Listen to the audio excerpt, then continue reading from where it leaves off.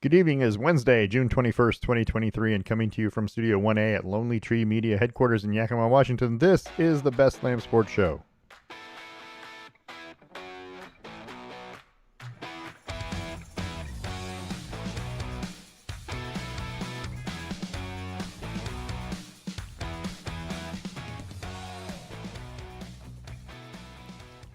I'm your host, David Lamm. With me is my son, Parker. Say hello, Parker.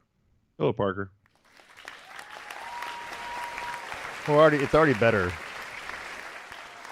than last week. Yeah. Yeah.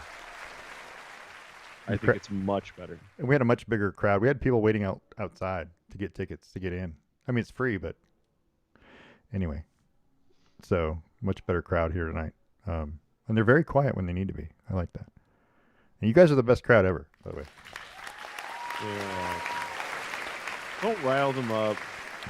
You know, you got to give them some love, right? That's what they're here for. That's why they waited in line all day, 6 hours, by the way, outside, out front, down 39th Street. They were all the way down. Yeah. The neighbors are really mad about it, too. So, we are on YouTube. We're on Twitter at Lamb Sports. We're on Facebook under the Best Lamb Sports Show. You can send us an email, lambsports@gmail.com. And you can find us on our webpage. You can find the links to the past shows and the current trivia question on the webpage, which is lambsports.com. Please go to the webpage and, pick a show. They're all good. I mean, this is 113. This is our 113th episode. They're not all on the website. It won't hold them all. But there's a good 20 something of them on there. And, some of them are better than others in terms of content, but we tend to go off topic every episode about something stupid. It's funny. We talk sports, but we talk about a bunch of other stuff. And I really like our new format, by the way. We talk a little bit about the topics at the beginning, and then the end is the discussion. You? Is it better? Yeah, I like it. I do. I like the second half. We can talk about. I like the second half. We can talk about just kind of whatever we decide beforehand, and then. But I think that's a good idea. I think it's great. So I think we're doing better. It's working. The last two shows have been fun. They have been, haven't they? Yeah, because we get to argue those little quotes or the little movies or whatever we were talking about. Right. So, all right. So, this week in sports, Max Verstappen continues his F1 dominance in Canada. The issue that caused Stefan Diggs to miss the start of OTAs was apparently related to his use in the offense and play calling.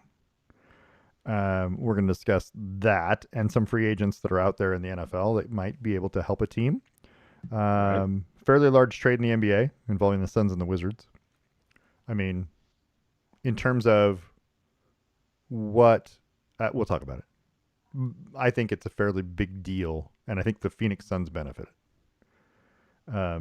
Just that's my personal opinion.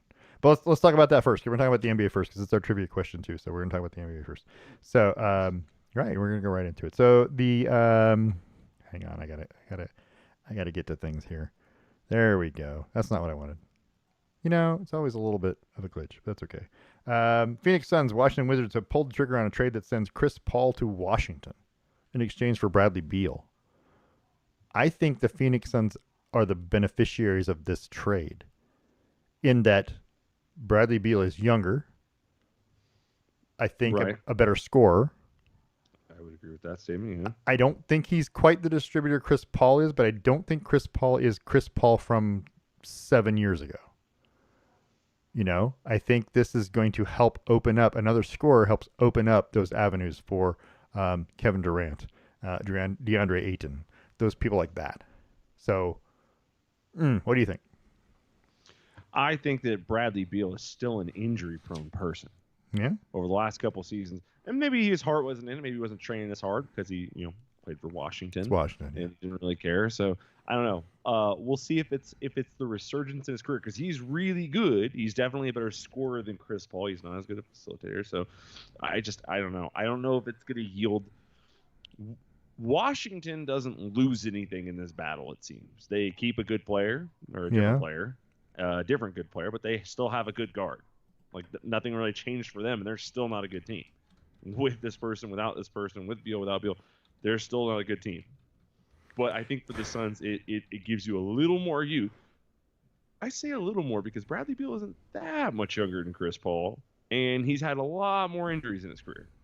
So maybe true like age number wise, he's younger, but maybe the body's got more miles on it.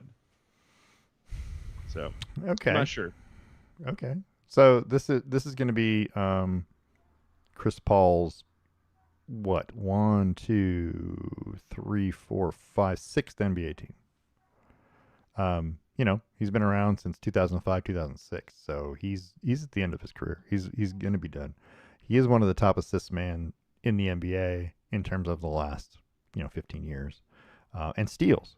A good defender for the most part throughout his career. So he led the NBA in steals 6 years. So also a good free throw shooter. You get a lot in Chris Paul, but again he's 37. Well, give me 38. That's up there in terms of if you look at the last 2 years, let's just say in Phoenix, 65 games played and 59 games played. He can't play the whole season. He's not going to be that guy that gives you 80 games. It's not going to happen. Yeah. So he's kind of never been that guy. But anyway, I don't know. I think Bradley Beal's the better option, just in terms of a long-term player. He's going to be around for a little bit longer. That's kind of what I feel. Bradley Beal's played for the Washington Wizards for his whole life. 2012, 2013 is when he came into the league. So he's definitely been around. He's 29 years old. He's on the end of his career. Now I will tell you, you mentioned it earlier. The last 4 seasons, he's averaged about 53 games a year. Yeah, that's rough.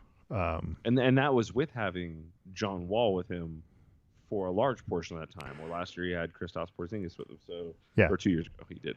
But he's had other people around him, and he's so I'm not sure going here is going to change his situation too much. But he does average about 27 points a game over those 4 years. Yeah. So I mean, he's a scorer. He's a guy that can affect a game really fast. Not quite as good. He's still a pretty good free throw shooter. He's an 82% career free throw shooter. 3-point shooter. He's a 37%. He's not that guy. I mean, that's 37, in my opinion, still pretty good. He's not a Damian Lillard. He's not a Steph Curry. He is a different kind of scorer. So, but anyway, I don't know. This will be interesting to see. But I think Phoenix with Bradley Beal is a step forward. It might not be a big step, but it's going to be some sort of step. Anyway, that's kind of what I feel. I don't know. I could be wrong. Kyle Kuzma is a free agent, declining a $13 million option with the Wizards. Yeah. I don't know. $13 million is a lot of money to turn down, isn't it? It is a hefty chunk of change. It is a hefty chunk of change. Kyle Kuzma thinks probably, I guess, that he can make more somewhere else or get on a better team, because it's got to be about the better team, right? Because Washington's terrible. Not terrible, not as terrible as they used to be, but they're still not great. I guess I don't know. There's 2 different reasons why you'd want out of a team. One is they're not paying you enough money. The other one is this team's never going to win a title, right? Right. And so I don't know what his particular feeling is, but I mean, when you've been in the NBA for a few years and you haven't had that opportunity, he played for the Lakers, right? He's got a title, right? Right. I don't know. He's got a bubble title. We're not going to count that. We're not going to count the bubble title. That is one of those things, and it's a side tangent for today's episode. But hey, this is our what we do. We're going to allow it. Yeah. Producers will allow it. I don't like the bubble championship thing. I didn't like it's not that I didn't like the way it was set up. I was happy that we got to see sports again at a time when I think everyone really needed it and things like that. That was all really fun, but it was so unusual, so out of character, and you felt like there were so many people that didn't benefit from it. And there were teams that were fully healthy, ready to make playoff pushes. And then there were teams like the Lakers that had 3 guys who were all battling injuries and a quick 6 months off, or 4 months off, I guess. was a massive help to them. Brought them back. Part of the challenge of playing an 82-game season and playing a season that starts in October and ends in April is that it starts in October and ends in April. Right. If you say, okay, well, it starts in October, we'll end it in April, but if we can't, we'll just go ahead and end it in October again. Yeah, I mean, and it's like, what the heck? Like, Yeah. I don't like that. Everyone wanted to say, well, everyone had to deal with it. It was the same for everyone. It's like, yeah, but there were teams that were healthy when things stopped. And they were making pushes, and the Lakers were drowning. They had lost 5 games in a row prior to stopping for COVID.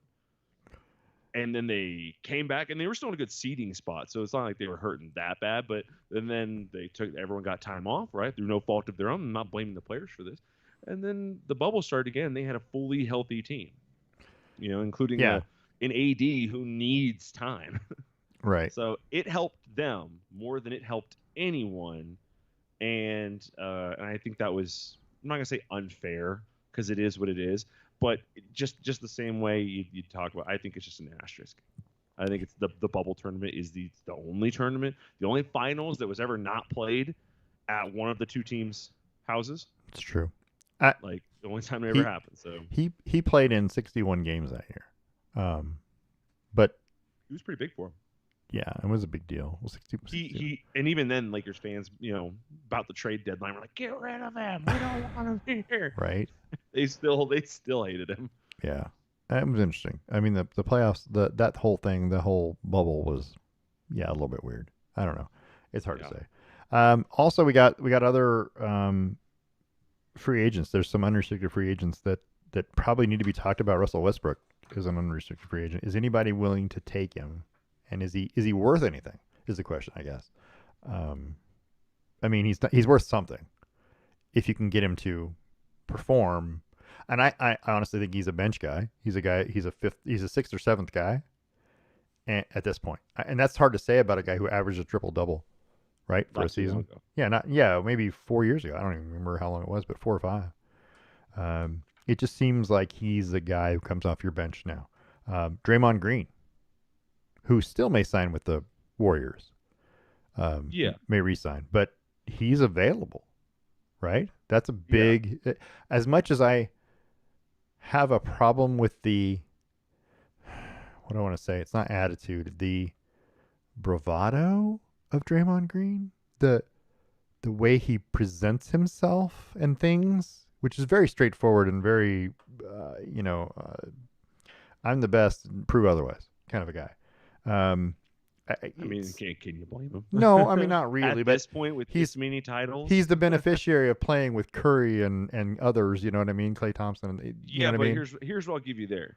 Does Curry play defense? Not really. Klay does, though. Klay does. Yeah. I'm not gonna. Well, not so much anymore. Well, not the last. Draymond was the linchpin on defense for that team. He's the enforcer. He's the guy that does the dirty work. You're right. But they needed that because I personally believe you might be able to shoot somebody out of gym, but eventually shooting goes cold. And when shooting goes cold, it does every game. And when it does, you need the Draymonds to keep your team in it for a little bit until Steph gets hot again. Every team has a guy like that. I mean, they've got an enforcer. Every NBA team, every NHL team has a guy that we talked about Goon last week, right? Anyway, all right.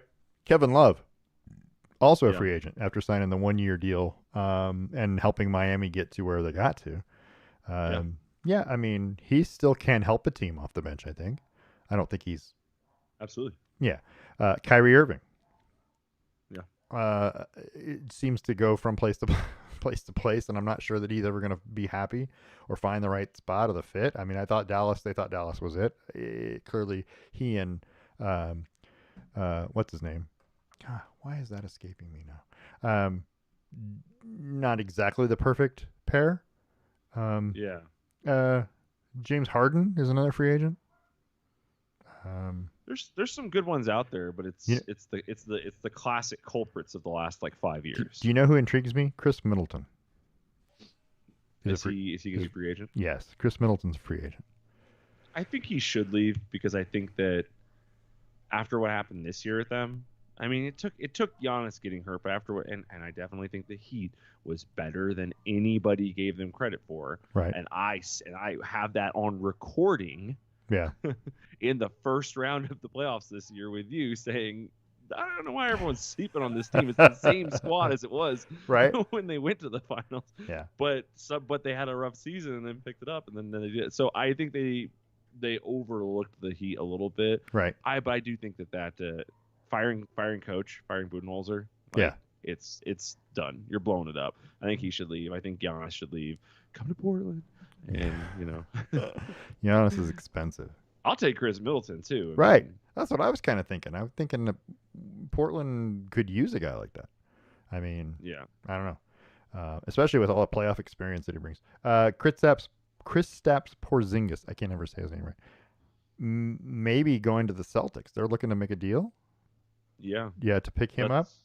That's a big deal. I mean, it as would long be. as they have that child as their head coach, I don't think it's going to matter. I don't know. We'll find out. And then D'Angelo Russell's another good free agent that's out there. Just saying, there's a number of players that could be good. I don't know. We'll see. Yeah, but I'm going to say half of these are going to re-sign with their own organization. I think Kyrie's going to re-sign with the Mavs.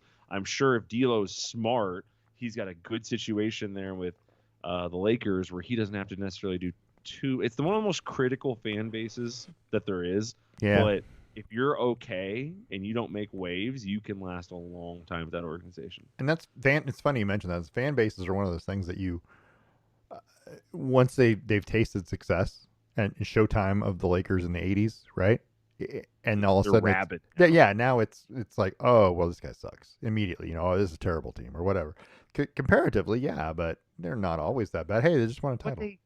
So I think that'd be a discussion for a different day. Worst fan bases in each sport. What's the worst fan base in each sport? Yeah, and that's I guess then that would be relative too, because you like Philadelphia has like the best fans when you're winning.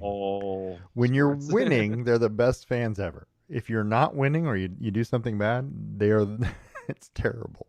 What I would tell you is that it would probably feel really bad to get booed by your own fans. That being said, the fact that the stands are packed and they're booing means they care. They care. They want to win. Yeah. I would take a stadium full of upset fans, right, versus an empty stadium. Sure. Because it means that they care. Whereas an empty stadium is like, oh, I got something better to do on a Saturday night. Yeah, that's probably right. So let's ask the trivia question because it's NBA. You ready? Okay. Yep. So the Stave & Stone trivia question is, what year was the last time the Boston Celtics had the number 1 overall pick? Oh. Just need the year the last time the Boston Celtics had the number 1 overall pick. That's all I need. So you got a lot of years to pick from. There you go. I mean, it should be easy, right? No, it won't be easy at all. I'm sitting here going through my head, and I'm like, no. There's no way. No. There's no way you know this. There's no way anybody knows this. Well, there's somebody out there. There's a Celtics fan somewhere who knows this. Let's move along from the NBA, though, because that's what we do. Let's talk about the PGA Tour real quick, because we have some interesting stuff. So Wyndham Clark is your U.S. Open champion. By the way, he's also a University of Oregon Duck, the very first Oregon Duck to win a major championship. This is also his first full year on the PGA Tour. He won the Wells Fargo Championship earlier this year, back in May, and now early May, and now he's the U.S. Open champion. I just want to say he's been playing since September, right? And since last September, he has $10 million in winnings. In about 8 months. That's a good deal. Well, he won 2 championships, and those 2 titles, by the way, earned him $7 million of that. So that's how much money is out there, by the way. It was Clark's first major, second career win. He beat Rory McIlroy by 1 shot. And I coincidentally, the scores for McIlroy and Clark in rounds 2, 3, and 4 were identical. Clark had a 1-shot lead after the first round over McIlroy, and they shot the exact same score rounds 2, 3, and 4. But yeah, he's your U.S. Open champion, which, hey, is amazing. So speaking of those numbers, because I was speaking about how much money is out there, right? And there's Rory. I don't know how much more money Rory has, but he's the number 3 ranked player. But there's Brooks Koepka. Brooks Koepka has $5 million in PGA earnings this year because he won the PGA Championship. But he's an Right. LIV golfer, right? And he has 7,500,000 in LIV winnings. He has a total of about 12.5 million this year in 10 events. He's only played in 10 tournaments this year. So I was going to give you this as a reference just because of how much money. These are what these guys were after when they went to LIV: is less golf, more money, right? Right. Dustin Johnson, for example, has $7.9 million in LIV winnings, $500,000 on the PGA Tour, about 8.4 in the same 10 events. So that brings us to another one, Taylor Gooch, who leads the LIV. He's the LIV's leading money winner this year, $10,700,000 in 7 events. And then he's played in 10 events total. He played in 3 PGA Tour events. He won $97,000 at the Masters, so not very much. But and then this guy, Scotty Scheffler, who kind of looks like a dork, by the way. I mean, I look at the. I don't know. Something about Scotty Scheffler doesn't seem like a golfer. Those two people just look like somebody's neighbors. Yeah. Well, it's the sweater, I think, first of all. But anyway, Scotty Scheffler They leads. just, He leads the they're- PG. Yeah. Go ahead. Go ahead. I was just saying they look relatable. They just look like every They other do. person you've ever seen Don't out they? walking their dog. Yeah. Oh, it's a nice day outside. The It- Schefflers are It out. looks like a couple straight out of the '60s with that sweater. You know what I mean? And I don't know. But Mr. Rogers sweater isn't doing him any favors. It's not Yeah. doing him any favors. But Scotty Scheffler leads the PGA with $17 million this year in 17 events. So I guess what's the moral of the story is that you're winning either way, whether you're on the PGA Tour or the LIV, you're winning about the same amount of money per event, Yes. right? So, but you're playing less events on the LIV Tour to win the same roughly amount of money. It might be less money overall, but the PGA Tour has just bumped up their pay scale over the last year to compete. So it's interesting. Now that they're combined, we'll see what happens. I don't know. There's still a whole lot of crap going on. I don't know what's going to happen, but it'll be interesting to watch to see the team, how they integrate the team format into the PGA Tour. Because I like the team thing. I do like the team thing. I Yeah. think it makes it a little more fun to watch. It makes it so that fourth guy on your team, the guy who's got the worst score on your team, still needs to compete to help the team win money. You know, Yeah. He's not just going to tank it and go, I'm in 27th place. Doesn't matter. Yeah, it doesn't matter. It doesn't matter, right? He's just happy to be here. If I finish 20th every week, I can win like $6 million on the tour. He's just here so he doesn't get fined. Oh man, that's later in the show. That's Oh, it's not on my list. it's not on my list either. But now that you mentioned it, I'm like, oh man, That's a great one. That That is is- a legendary one. that is perfect. That is later in the show. Let's talk about the NFL for a minute. And I got a picture of snow because it made me feel good. By the way, the NFL and snow games are coming. So where was I? Stephon Diggs. Yeah, we asked last week, should we be making a big deal of Stephon Diggs missing day 1 of the mandatory OTAs? And what was the answer? I don't remember what we said. Did we say it was, yeah, they should have, or it should be a big deal, or it's not a big deal? I can't remember what we said.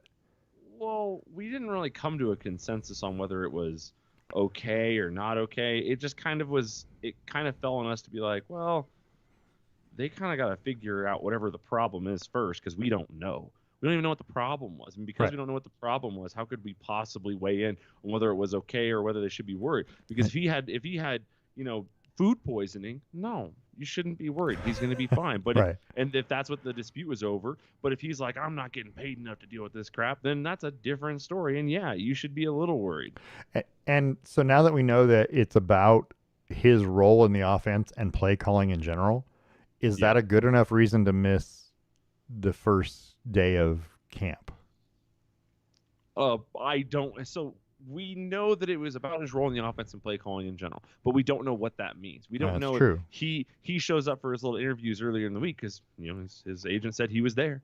So he did his physical and stuff earlier this week, and then on his way out the door, coach said, "Oh, hey, Steffi, let me tell you something real quick." And he's like, "Yeah, what's up?" And he's like, "We're not using you at all this year."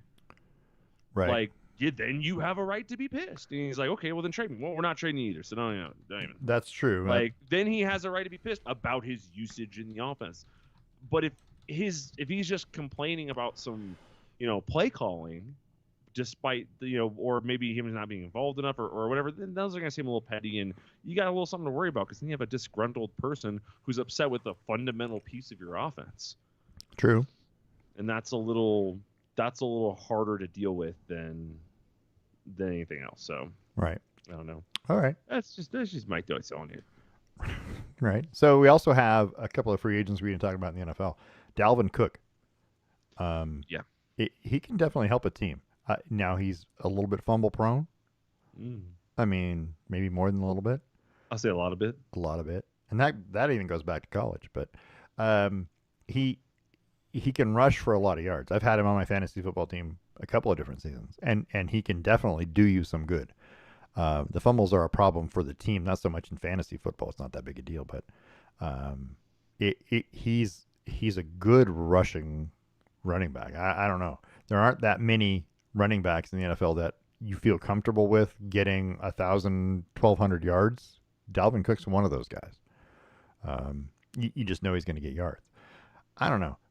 We'll see. But he said openly that he might want to play with DeAndre Hopkins. Yeah. Who's also a free agent. DeAndre Hopkins is getting to the end of his usefulness, I guess. Let's call it that. I don't know how old DeAndre Hopkins is. I haven't looked it up.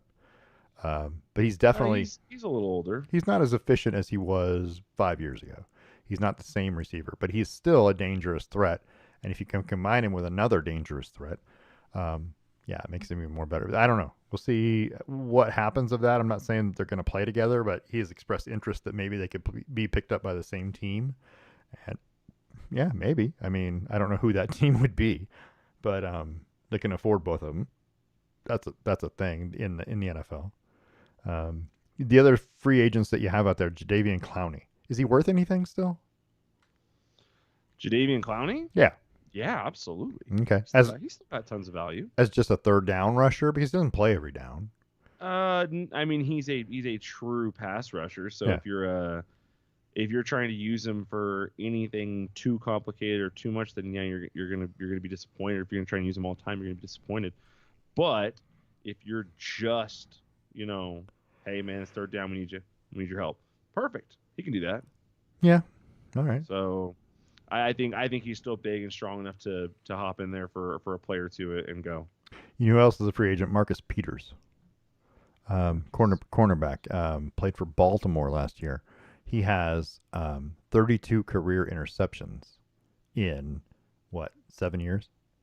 He led the league in interceptions with 8 in his rookie year when he played for Kansas City. He only had 1 last year, but he played in 13 games. But he does have 6 career interception returns for touchdowns too.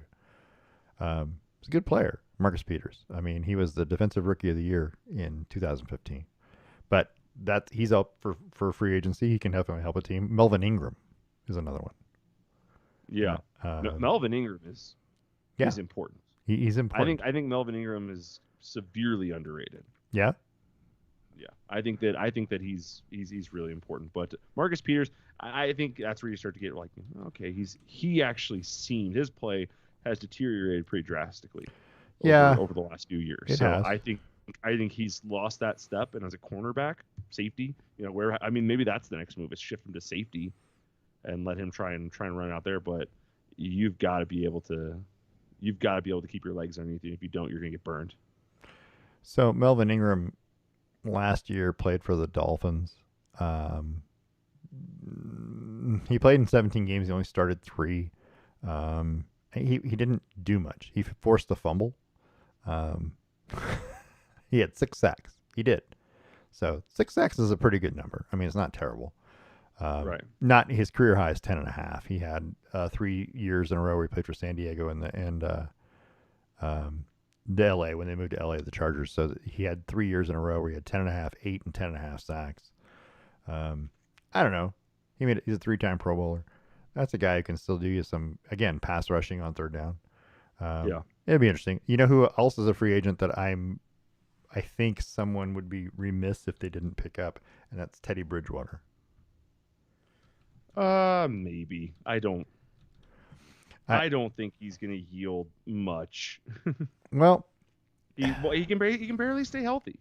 that's the problem. If he can stay healthy, I think he's a great quarterback. The years that he stayed healthy, one in Carolina, one in Minnesota, where he played all 16 games, they were 11-5 Yeah. when he was there. And then one in Denver, where he played 14 games, they were 7-7. Which, if you're a Denver fan, I think you'd take. Just saying, and you are. I mean, I liked him in Denver. Yeah. Until he got hurt. Until he got was hurt. Absolutely useless to us. And part of the problem is got to stay healthy.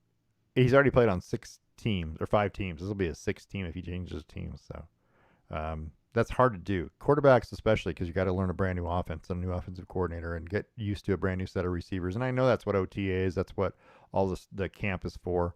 But it's not that easy.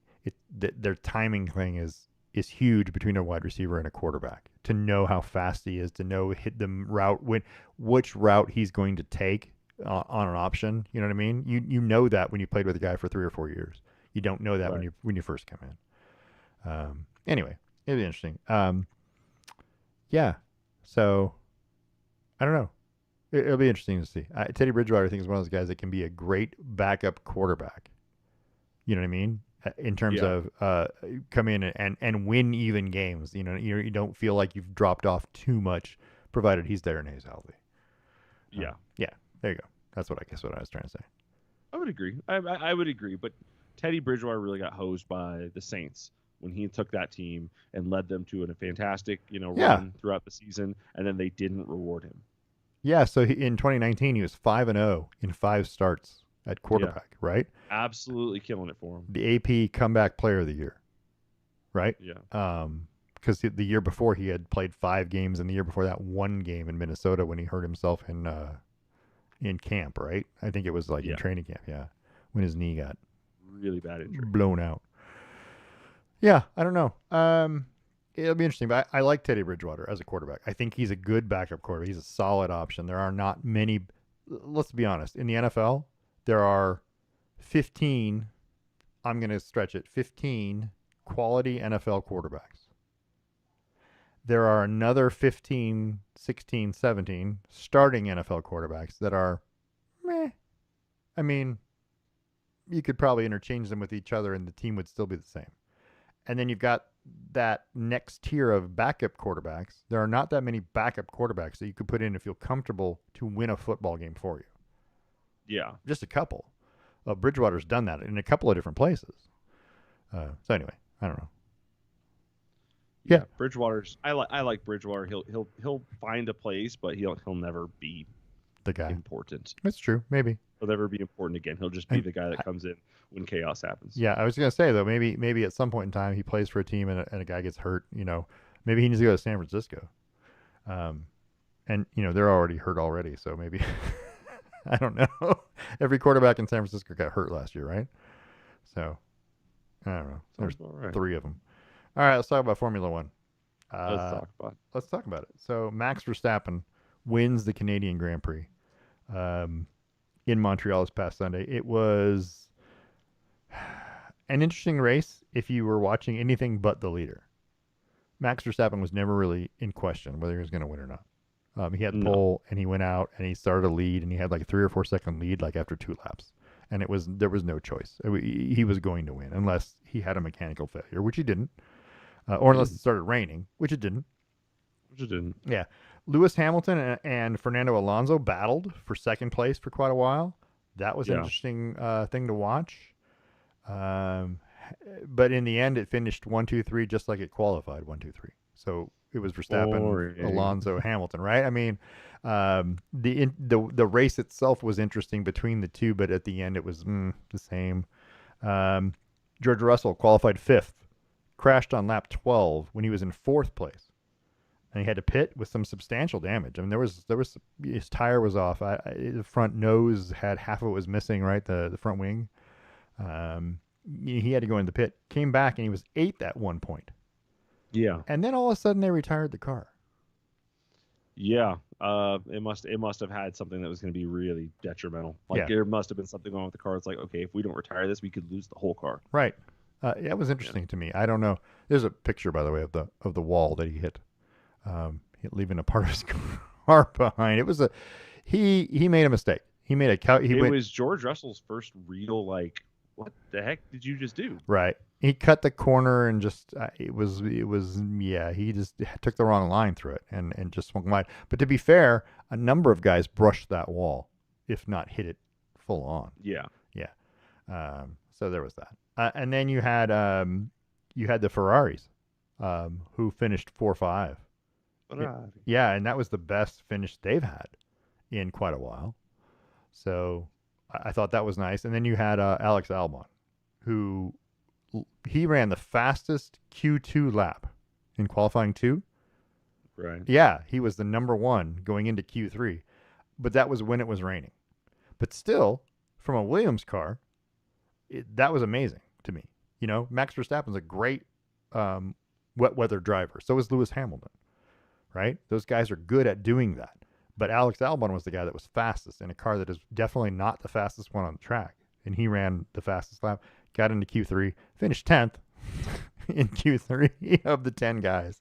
And then, so he started 10th, but he finished 7th, which I think is his best finish of this year. Alex Albon was driver of the day, as voted on by Sky Sports or whoever it is that votes on that. Yeah. Yeah.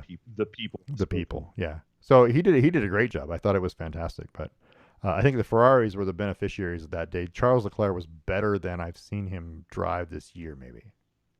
That's fair. Yeah, because he started, I think, in 10th or 11th, and then finished 4th, which I thought was pretty good. Carlos Sainz was kind of all over the place. I thought he was like had penalties or should have had penalties because in qualifying he was slowing people down. I don't know. He doesn't look. Carlos Sainz and Sergio Perez look. It's confusing. Like they're supposed to be really good drivers. It's confusing. Yeah, it's confusing. They look like they're supposed to be really good drivers, and then when you watch Sergio Perez for the last 3 weeks has been kind of terrible. I mean, not terrible. I mean, he finished. I don't know what he finished in this race, like 8th or 9th. It's still not bad. It's just not what you expect from the Red Bull team. A guy with the fastest car, one of the fastest cars out there. Did Right. you watch the race? I did. I watched the entire thing, start to finish. Was good? I mean, did you like watching it? Was it boring? It was not boring. Here's what I'll say. Halfway through the race, right, without making any pit stops, Max Verstappen only had a 5-second lead. Yeah. That lead at the end of the race was what, 9 seconds? Mm-hmm. So That's right. it wasn't drastic. Like he didn't get a 30-second win, which is kind of boring from that standpoint. So, and for the lot of it, because initially Lewis passed Alonso and was hot on Max's heels for a couple laps. Yeah. But Max was gaining a tenth, 2/10 per lap, and Right. it was just starting to stack. And then eventually you get into the whole pit game and things like that, and that becomes that. For watching Ferrari was really impressive. They picked it up because it looked early like it was not going to go well for them again.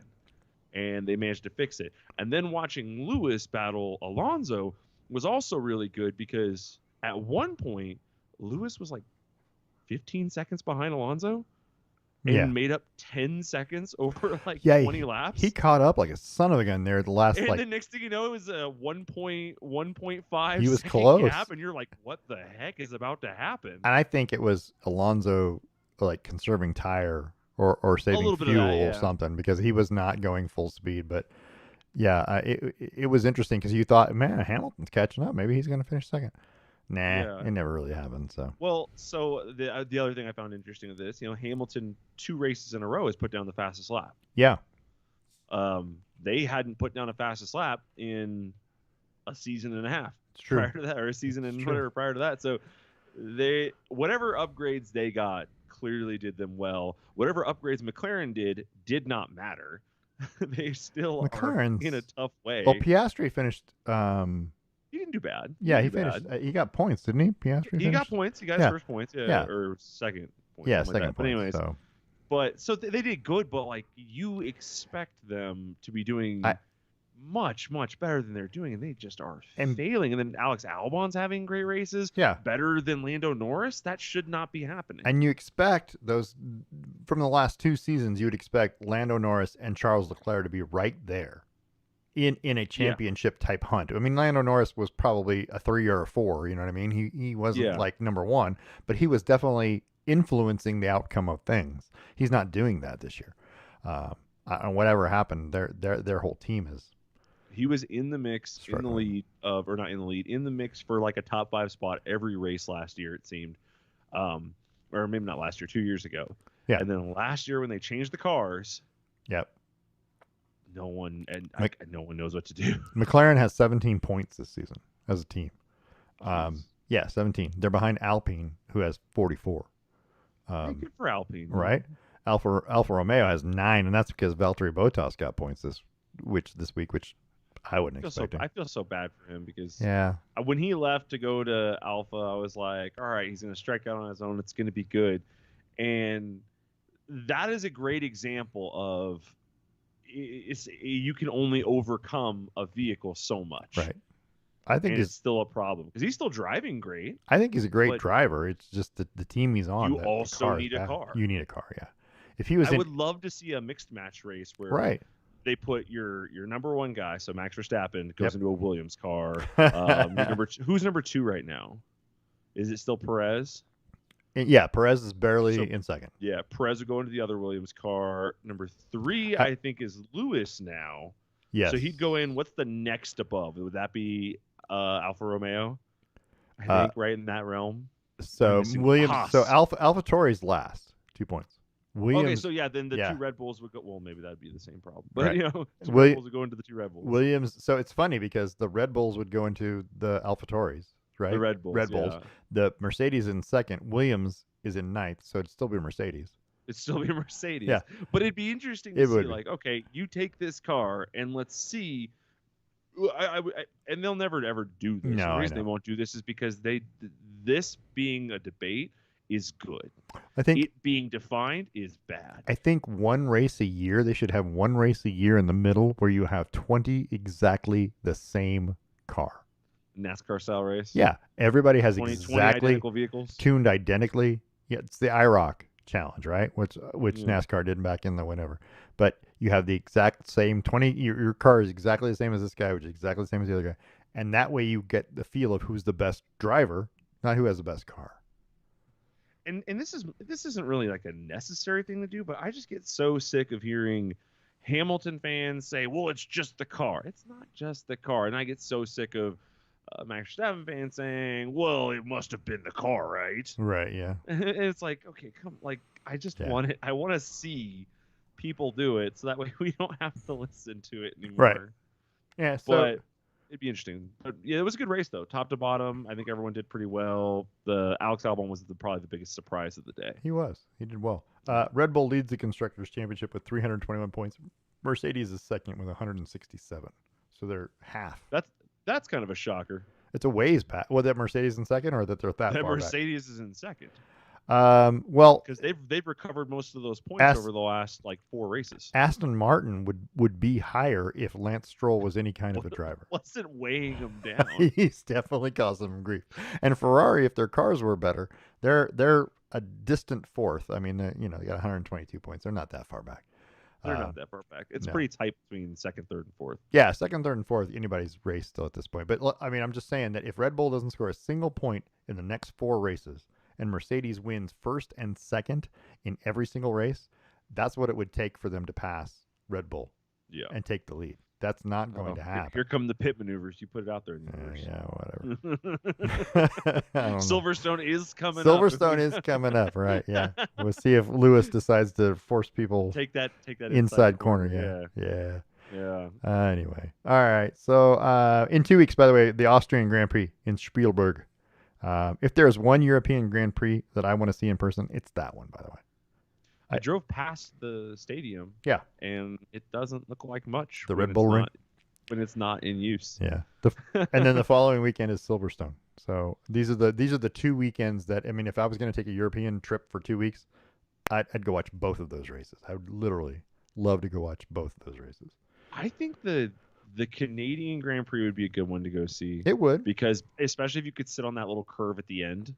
Yeah. Or that little hitch right next to the right to in the middle. very end. Yeah. No, right at the, so like you go around the curve and you come back down a straightaway and you have like a little, right left, like real fast. Yeah. That right to the finish line because it's a short finish line. So sitting right there, seeing them come towards you from the curve would be cool. And then hit the little thing because people were like, everyone ran over that like 6 times. Yeah, it's true. They overshot it constantly, so that'd be constant. That'd be cool. It's true. But I think Canadian would be a good one, but I also think that they need to go back to Nürburgring. The Nürburgring would be cool. Yeah. Yeah. Let's second half of the show, which has been fun lately, has been interesting. Second half of the show brought to you by Boss Kitty Hand-Dyed Yarns, by the way. Yarn so boss, you'll knit your pants. I'm going to be at the Boss Kitty headquarters this weekend, by the way. Dun, dun, dun. Right? So just FYI. We're going to talk about the greatest sports quotes. And by that, we're saying, I think we limited it to actual sports personalities, not commentators. Am I right? Did you have any biased sports commentator? I'm okay with it being a commentator so long as they were a sports person. Oh, a celebrity. Right. Sports so like a great example is, see, that's not yeah, don't give it away. I mean, but I'll get to it later. Okay. Yeah. All right. So yeah, but also they got to be real. We didn't want to go with the movie ones because there's a lot of movie sports quotes that are fantastic. Yeah. First, you last. I mean, that's a classic right there, right off the bat. That movie is full of them. I wake up and I have this excellence. That movie is one of the best quotable movies I've ever seen. But most Will Ferrell, I mean, we like that stupid humor. That's just part of us. We like that stupid humor, and we watch and listen to that kind of stuff, and it is really good. All right. Did you know I turned that movie off the first time I watched it? You didn't like it? I watched about like 40 minutes of it, and I'm like, this is the dumbest crap I've ever seen. I turned it off, and then I came back to it years later, and I went, why did I turn this off? Is that Elvis Costello and Mos Def? Anyway, right? Just for no reason. I'm not sure what to do with my hands. Just for no reason. They're at Jean Girard's house. You know what I mean? And the when they're talking about Jean Girard and his partner, right, who's a dog trainer, right, and they got the dogs in the pyramid. I'm like, this is hilarious. It's just so stupidly funny. At the bar, talking about the crepes. That kind of thing. The room is spinning. That whole conversation. That kind of thing. It's just because of the gayness. Yeah. Because of the gayness. Yeah. It's one of the funniest scenes ever. We'll do a show down the line where it's our favorite sports quotes from movies. Are those really thin pancakes? Yeah. He goes, oh, I had a mess of those this morning. Anyway. And then I love that Jean Girard's like, perhaps it's a good compromise. Yeah, he's willing to be reasonable about it. He's okay. We just say I love really, really thin pancakes. No, not doing it. These colors don't bleed. These colors. I was just gonna say that. Oh my god! All right, we'll have to go over lines from sports and movies at some point in time, and 4 of the 5 will be from Talladega Nights, I'm sure. That's not true. I've got some other ones that I love, that I listen, every time. And you know what? I'm already giving one away. All right, you ready? So when we were looking at this, I was posting this on YouTube that we're going to do this tonight, and somebody posted a quote from a movie, sports movie, and I'm like, okay, we're not going to do the movie ones because we just covered the movies, best movies. Right. We're not going to cover those quotes, but we want them from real personalities. However, the cold is like a one-man. The football's like a one-man cold to Clifford Franklin. Clifford Franklin's the only one catching it. He's the only one coming down with it. Is one of the best quotes from a movie I've ever heard. And I'm like, I like that. Movie's got a bunch of them. We'll get those ones. Yeah, we'll get to that. All right. So here's what we're gonna do. Do you want to start? Yeah, sure. I'll go with the first one. Okay. What you got? All right. So, famous sports quotes. I'll go with a really funny one. Okay. So it's Charles Barkley. Okay. This is what I said about like commentator. Oh, he did it as a commentator. Yeah. I think he did it as a commentator. I actually don't know when he did it, but he said, I heard Tanya Harding is calling herself the Charles Barkley of figure skating. I was going to sue her for defamation of character, but then I realized I have no character.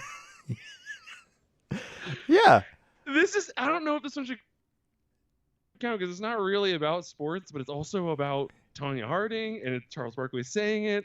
It's Char- just such a goofy quote. Charles Barkley is a character. I mean, let's be honest. But then I realized I have no character. There What is, I have no a good character. one. Okay. All right. I like that one. I'm gonna give you one of mine. You ready? Let's see. Gary Player, South African golfer, right? Who Yeah. who was asked about being lucky, and he said, "The more I practice, the luckier I get." That's one of those quotes I go, "Yeah, that's true." You know what I mean? The better you That's a are, good lesson for everyone. lucky is a relative term. You know what I mean? You get luckier because you're really good at things, and that's just a life lesson. That's way down my list, the number 5 thing. But I like the quote because you don't think about it like that. But guys who look like they got lucky are good at things. Yeah. Yeah. Yeah. Yeah. If you look like you got lucky, it's either it is exactly that, Right. or you've been, oh wow, there's a lot of thunder outside, or you've been practicing for a long time to get to this point. So Right. that's usually what I think it is. All right. What else? That's a good one. I like that. Yeah. All right. Do you want a funny one? Doesn't Do matter. you want to, or do you? Pick one. Okay. This is a good one. Jessica Enos Hill, track runner. Mm-hmm. The only one who can tell you you can't win is you, and you don't have to listen. It's a good one. It's a good one. That's a motivational Nice. one. Positive. Yep. Ignore yourself. Ignore your Yep. doubts type of situation. I like you, that. You can do this kind of a thing. Yeah. I like that. Let me give you another one here. The rest of mine are kind of funny. Let's see which one's the best one. So I'm going to give you Bruce Coslett, former NFL head coach. Sure. When he was being asked about a player's injury status on his team, he said, "I don't know what he has. A pulled groin, a hip flexor, I don't know. I pulled something. I never pulled anything. You can't pull fat." Can't pull fat. That is a good one. Yeah, right? You So, can't pull fat. right. Oh, man. All Yeah, right. That's that. Wait. So who is this guy again? Bruce Coslett, he used to coach the Jets and the Bengals and He a a big guy? couple other teams. Not really. He's just not in shape. He just doesn't think he's in shape. He's not really a big guy. He just kind of Okay, like, picture. He looks kind of nerdy. yeah, he's kind of nerdy. Glasses. Yeah. Yeah. You Yeah, can't he pull- doesn't look like he's not in shape. No, but you Yeah. can't pull fat. I mean, if you're not working out, then you're not muscly, I guess. I don't know. It was just funny to listen to him say it. I don't know. I never pulled anything. You can't pull fat. Well, all right. So my next one is a classic, Michael Jordan. Yeah. I never lost a game. I just ran out of time. Yeah. Yeah. That's a classic. That's a good That's one. so far I've given you a funny one, a motivational one, and then kind of a cocky win at all times one. So Right. Yeah. kind of trying to hit all sides. But I've seen this one in a lot of places before, and I really like that one. I just ran out of time. Right. I'm gonna give you Joe Theismann, former quarterback and Hall of Famer. Nobody in football should be called a genius. A genius is a guy like Norman Einstein. So Everyone knows Norman Einstein. Norman Einstein. I think it's Albert's brother, but I'm not sure. All I'm saying is, yeah, he might not be a genius. I mean, he's probably right then, right? Yeah. Yeah. I mean, that's funny. Anyway, That's so stupid. Norman Einstein. Yeah. All right. I saw another good one. And I kind of steered clear of some of the classics, like the ones that we joked about off We'll here. talk things about like that in a minute. Yeah. I'm sure. But so this is a guy named Tug McGraw, Yeah. former baseball player. Philadelphia who said- Philly. Yeah. He had a really good one that says he was asked if he preferred grass or AstroTurf, and he said, "I don't know. I never smoked any AstroTurf." Yeah. I read that one. I like that one too. That was a good one. I did when I was doing my research. I looked up like the best quotes, and that was like way deep buried down. And I'm like, how is this not higher? This is a gem. Tugger had a lot of things that he said. That was a 70s, early 80s guy. Yeah, I could see that from That's Tim another McGraw's thing is- dad. Is that really? Yeah, Tim McGraw, the singer for the country singer. That's his dad, Tug McGraw. So Yeah. first of all right. So two things. When I think of the name Tug, I think of Tug Speedman from Tropic Thunder. And Yeah, I think of, that's I terrible. Think of what's his name's character calling him Tugger Nuts all the time. So I just can't see anything else. And two, when I read the quote, there was no picture near it. There was no like caption to it. So it was displaced. So I was like, oh, this must be a fairly recent player. Oh And I no. looked it up. I'm like, no, he's from a while. He's making jokes about smoking weed a long A time long ago. time ago, yeah. He quit playing in like 1990 or 91 or Yeah. somewhere in that ballpark. Yeah. He was a great reliever Yeah. pitcher for the Phillies for a long time, and yeah. Yeah, that's Tim McGraw's dad. Yeah. So there you go. Here's this is my favorite quote that isn't a rant, and that's what number one's going to be, by the way, is rants. Sure. But this is my favorite quote that isn't a rant. Pat Williams, former Orlando Magic GM, in 1992, his team at this point was 7-27 after 34 games, and he said, "We can't win at home, and we can't win on the road. As a general manager, I just can't figure out where else to play." Can't figure out where else to play. Yeah, I mean, we can't win at home, we can't win on the road. I don't know what else to do. Yeah, there was a bad basketball team back then. The Orlando Magic. Yeah. They were pretty terrible. All right. Anyway, you got All right. what you got? So this is my number one, but I'm gonna hit you with the honorable mentions. All right, go ahead. The honorable mentions are I Love Me Some Me. I love me some me, Terrell Owens. Yeah. Yeah. It's more difficult to stay on top than to get there. Is Mia Hamm. Mm-hmm. What's it called? Do Not Let What You Can't Do Interfere With You Can Do. John Wooden. That's a classic. I've actually seen that. That's actually written at our stadium. You can't always be the strongest, most talented, or gifted person in a room, but you can be the most competitive. That's Pat Summitt. That's a good one.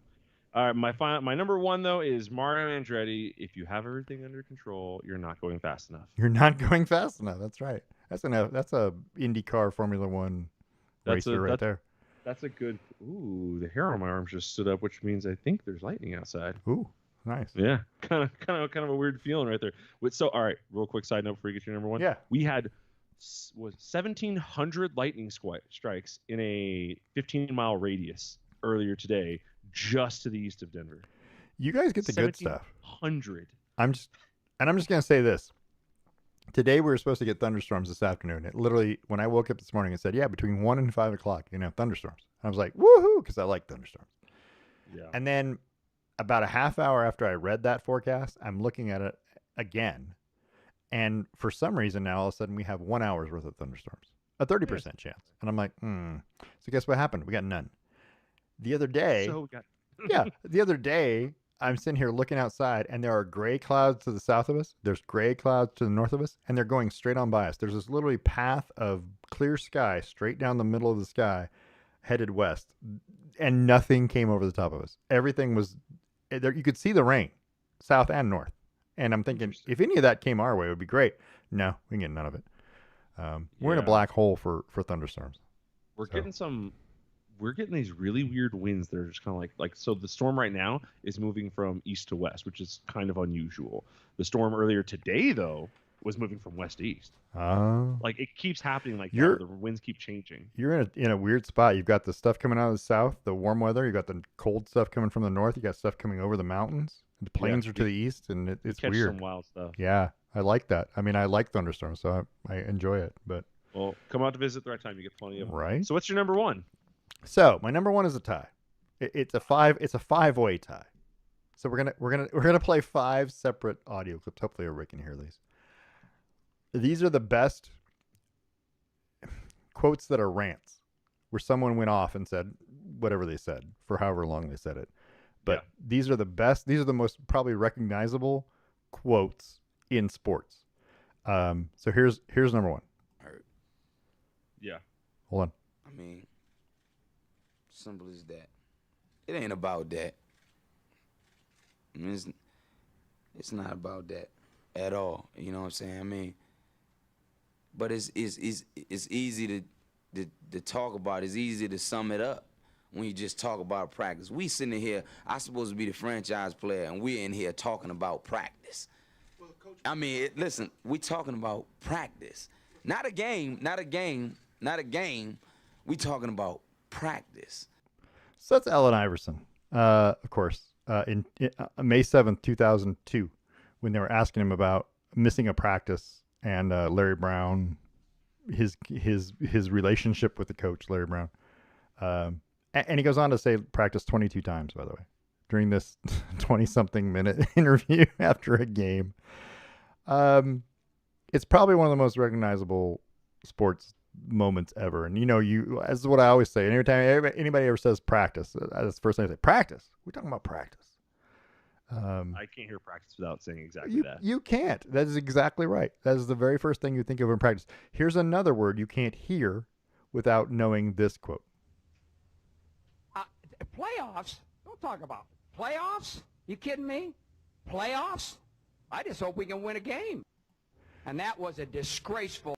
So that's Jim Mora, head coach of the Indianapolis Colts, after they lost a game and they were talking about making the playoffs and he's playoffs, right?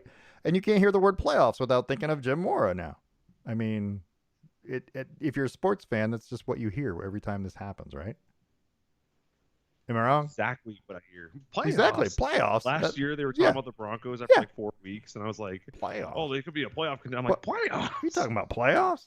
Anyway. If it's too early, you say it exactly like that. Playoffs. All right. So here's another one. This is number 3 or 4. I don't know. You can rank these however you want to rank. I think practice is the number 1 rant of all time. It probably is the most recognizable. Right. Playoffs is very important, but here's another one. This is Herm Edwards, head coach of the New York Jets. This is what's great about sports.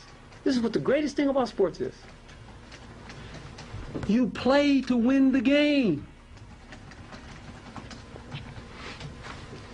Hello? You play to win the game.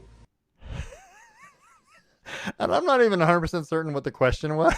It was asking or questioning something he did during the game, a call he made or something. I don't know. But all of a sudden, Herm Edwards is like, you play to win the game. Hello? Yeah. So they were probably asking about tanking. Right. But I mean, this is the great thing about sports. And I love Herm Edwards, the fire that's there, when he says it. He's looking right at the reporter and going, what the hell are you talking about, dude? All right, so I'm gonna go with the next one. So here's the next one that everyone knows. When we talk about the Chicago Bears. But they are who we thought they were, and we let them off the hook. Thanks, Coach. Thanks, Coach. He goes, if you want to crown them, crown their ass. I don't know. They lost the game that they were winning, and they shouldn't have lost, but they lost anyway. That was Dennis Green, the head coach of the Arizona Cardinals, after losing to the Chicago Bears. I don't know. That rant was a little weird, but I like that. They are who we thought they were, and we let them off the hook. All right. So that's what I say every time that someone snatches defeat from the jaws of victory. Right? They thought they were. They are who we thought they were. That's a good one. And here's my favorite. This is my favorite quote or favorite rant. And it isn't probably the best one. I just like this rant in general. If you ever played quarterback at Oklahoma State, here you go. Come after me. I'm a man. I'm 40. I'm not a kid. Write something about me or our coaches. Don't write about a kid that does. That's Mike Gundy, the head football coach at Oklahoma State, talking about when they came after criticizing his quarterback Bobby Reed in the newspaper column. And it's this thing is 3 or 4 minutes long, 5 minutes long, something like that. But he talks about the column itself and how most of it's garbage and it's not factual. And then he goes on to he's literally staring right at the reporter that wrote it, and he yells at him during the last 4 minutes of this thing, talking about if you're gonna don't come after that kid, you come after me. I'm a man. I'm 40, and that is what I don't know why that one makes me laugh every time I hear it. But it does, just because I'm a man. I'm 40. Man, I'm 40. I mean, I guess. All right. Anyway, there you go. It's a 5-way tie. Those are every time those come out, I laugh. I just laugh my butt off about those things. I mean, because what are we talking about here? We're talking about practice. We're talking about practice. We're talking about practice. Pretty simple. It is pretty simple, right? Not a game. Not a game. And then the commercial. Is it the Subway commercial? Is it a new Subway commercial? Isn't that what it was? What are they talking about? He's in the new Allen Iverson's in that new commercial where they talk about what are they talking about? Hang on, I gotta look it up. I think I know what you're talking about. There's a new one out, and I think it's cash backing from Chase. Right. We're talking about cash backing, and it's got Kevin Hart and Steph Curry. Yeah. Yeah. Yeah, and He's like, we're not talking about practice? Anyway, yeah, that was a good one. I'm like, you can make fun of yourself. That's good. He knows it's one of the funniest things ever, by the way. I mean, Yeah, everybody well, knows. I'm sure he's been told. Oh, absolutely. Anything else we need to talk about before we wrap up with the trivia question Not that I can answer? Okay. You got a minute? You want to talk about something? I don't. Not particularly. Okay. I'm kind of nervous about this storm outside. It sounds like it's hailing, Oh, sweet. and my car's outside. Well, all right. Let's wrap it up then. No. The Stave and Stone trivia question was, by the way, what year was the last time the Boston Celtics had the #1 overall draft pick? Do you have an idea? I have not a clue. No. I know they had a thing back in like 2017 or 2016 where they were trading picks around, or they somehow got like a high draft pick, but I couldn't remember what it was. So the answer is, by the way, 1950. Okay. They selected Chuck Scher out of Bowling Green State. He was the very first NBA pick. That was the very first year the NBA was a thing and not the National Basketball League or not something else. This was the first NBA draft pick. Chuck Scher, 6'11", 235, out of Bowling Green State. He ended his career with an 8.3 points per game. And 8.4 rebounds per game, which is actually pretty good. But he never played for the Celtics. He played for the Fort Wayne Pistons, the Milwaukee Hawks, and the St. Louis Hawks. Yeah, but he was the very first. That's the different trivia question in and of itself. He was the very first NBA draft pick. So Nice. So there you go. First NBA draft pick and never played for the Celtics. And he never played for the team that drafted him. So the very first pick ever never played for the team that drafted him. And I thought that was fun. We're going into the NBA draft this week, which starts tomorrow, by the way. Yeah, if you're interested in watching the NBA draft, and the first pick is nothing, but the next two are going to be interesting. I think Wembanyama is going #1, right, to San Antonio, and then it's a matter of Scoot Henderson or Miller. One of those two guys is going to Charlotte, and the other one's going to Portland, unless some gigantic trade happens. And by the way, the Porzingis, according to sources, the Porzingis trade fell through. By the way. So the Boston Celtics may not get him. Anyway. Find out in a couple days. We're going to find out in a couple days. We'll have all that and more next week when we talk about the NBA draft.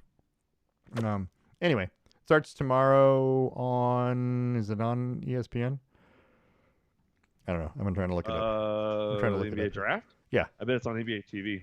It might be. I'm trying to look it up right now and see if I can get this thing to come up, but nothing's coming up. ESPN, ABC. So probably locally ABC. Yep, there you go. There you go. So if you're a Blazer fan, the Blazers have the 3 pick. They also have the 23 pick in the first round. Yeah. So, a lot of things could still happen. I mean, there's trades waiting to happen. There's guys who at the last minute, they're going to offer you enough stuff or a player or whatever. If you listen to Stephen A. Smith recently, he has said that Damian Lillard should demand a trade from Portland to get out. Demand to get out. So, I mean, we can talk about that after the draft. We'll talk about that after the draft. And he may not be wrong. I'm just saying, if you want to win a title, because Portland's not that team right at the moment. No. So there's that. Let's find you some music because we like music to take us out. And the funky music. Love it. There you go. We got the funky. Again, we're on YouTube every week. We're on Twitter at Lamm Sports, or on Facebook under the Best Lamm Sports Show. You can send us an email, lammsports@gmail.com. Don't forget to go to the website, lammsports.com. You can find links to the past shows. The current trivia question is always on there. And if you go onto YouTube, like I said, type in the Best Lamm Sports Show, and you'll find all of our shows are on there, either the recorded versions or the live versions. It's still being recorded, so it's still on there. You can see it. They have all of the shows since we've been doing shows. They actually have more storage space than our website does. So if you're looking for an old show, that's the place to go. They're all a lot of fun. I mean, we have a lot of fun with this. I want to thank ESPN, Fox Sports, NBC Sports, ABC Sports, CBS Sports, the NBA, the NFL, the NCAA, PGA, the Live Golf, Formula One, and of course our sponsors, the Range in Yakima, Boss Kitty Yarns, and Stave and Stone Wine Estates in Hood River. This has been a Brain Rock production, a division of Lonely Tree Media, LLC. I want to thank you for listening, and we'll see you next week. It is funky music. I like it.